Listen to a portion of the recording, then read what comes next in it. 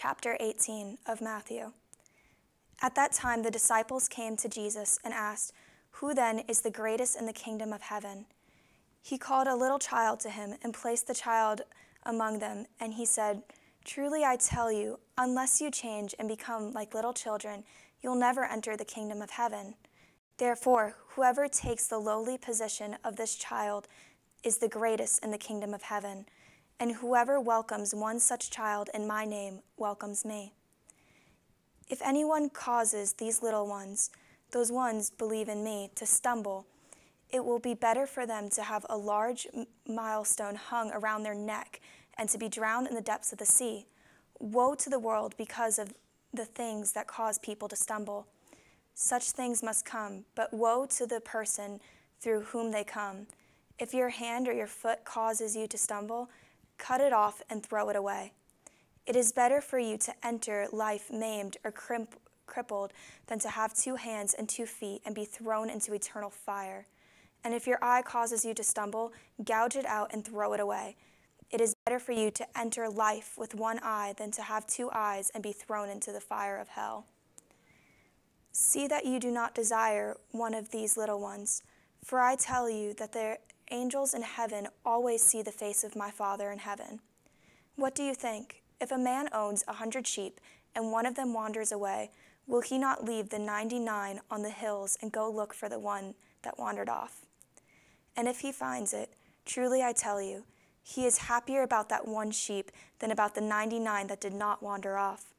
In the same way, your Father in heaven will willing that any of these little ones should perish. If your brother or sister sins, go and point out their fault, just between the 2 of you. If they listen to you, you have won them over.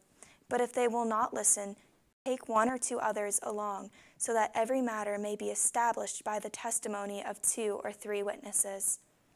If they still refuse to listen, tell it to the church. And if they refuse to listen even to the church, treat them as you would a pagan or a tax collector.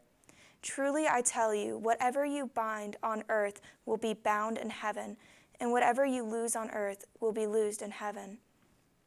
Again, truly I tell you that if 2 of you on earth agree about anything they asked for, it will be done for them by my Father in heaven. For where 2 or 3 gather in my name, there I am with them." When Peter came to Jesus and asked, "Lord, how many times shall I forgive my brother or sister who sins against me? Up to 7 times?" Jesus answered, "I tell you, not 7 times, but 77 times. Therefore, the kingdom of heaven is like a king who wanted to settle accounts with his servants. As he began the settlement, the man who owed him 10,000 bags of gold was brought to him. Since he was not able to pay, the master ordered that he and his wife and his children and all that he had be sold to repay the debt. At this, the servant fell on his knees before him. "Be patient with me," he begged, "and I will pay back everything." The servant's master took pity on him, canceled the debt, and let him go. But when that servant went out, he found one of his fellow servants who owed him 100 silver coins. He grabbed him and began to choke him. "Pay back what you owe me," he demanded. His fellow servant fell to his knees and begged him, "Be patient with me, and I will pay it back."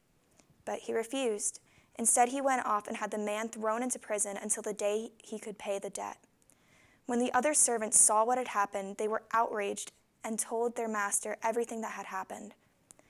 Then the master called the servant in.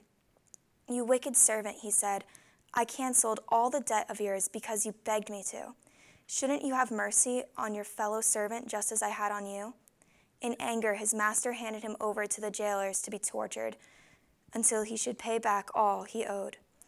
This is how my heavenly Father will treat each of you unless you forgive your brothers or sister from your heart.